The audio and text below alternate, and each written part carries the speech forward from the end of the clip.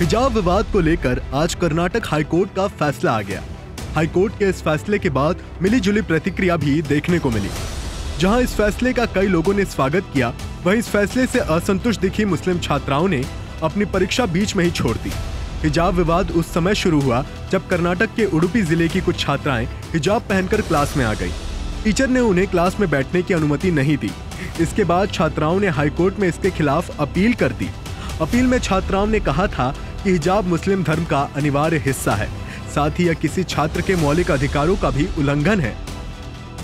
5 फरवरी को कर्नाटक हाईकोर्ट ने कहा था कि इस केस में अंतिम आदेश तक छात्राएं हिजाब पहनकर स्कूल नहीं जा सकती। कोर्ट में सुनवाई के दौरान मुस्लिम छात्राओं ने धर्म को आधार बनाते हुए दलील दी कि हिजाब धर्म के प्रति उनकी आस्था को दर्शाता है। पूरा देश कर्नाटक हाईकोर्ट के आदेश की प्रतीक्षा कर रहा था। इस मामले पर चीफ जस्टिस ऋतुराज अवस्थी की अध्यक्षता वाली बेंच ने फैसला सुनाया। हाईकोर्ट बेंच ने 3 बिंदुओं को ध्यान में रखते हुए फैसला सुनाया। कर्नाटक सरकार ने भी कोर्ट में दलील दी कि हिजाब एक आवश्यक धार्मिक परंपरा का हिस्सा नहीं है। धार्मिक रीति रिवाजों को शिक्षण संस्थानों से दूर रखा जाना चाहिए। कर्नाटक हाईकोर्ट ने अपने फैसले में शैक्षणिक संस्थानों में हिजाब को चुनौती देने वाली सभी याचिकाओं को खारिज कर दिया। साथ ही कहा कि हिजाब पहनना इस्लाम की धार्मिक अनिवार्य प्रथा नहीं है। इसी के साथ स्कूल कॉलेजों में क्या ड्रेस पहना जाना चाहिए, ये स्कूल के अधिकार क्षेत्र में आता है। हिजाब पहनकर छात्रा स्कूल कंपाउंड में तो आ सकती हैं, किंतु कक्षा में प्रवेश नहीं कर सकती हैं।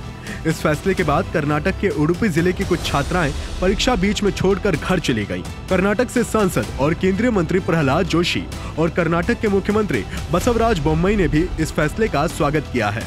आपका इस पूरे मामले पर क्या सोचना है, हमें कमेंट बॉक्स में कमेंट करके जरूर बताइएगा। जनतंत्र टीवी के लिए सोनू सिंह की रिपोर्ट। खबरों के निष्पक्ष विश्लेषण के लिए सब्सक्राइब करें Janatantra TV and press the bell icon. Never miss any update.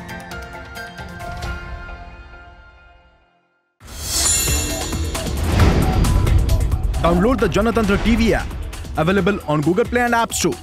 Download it now.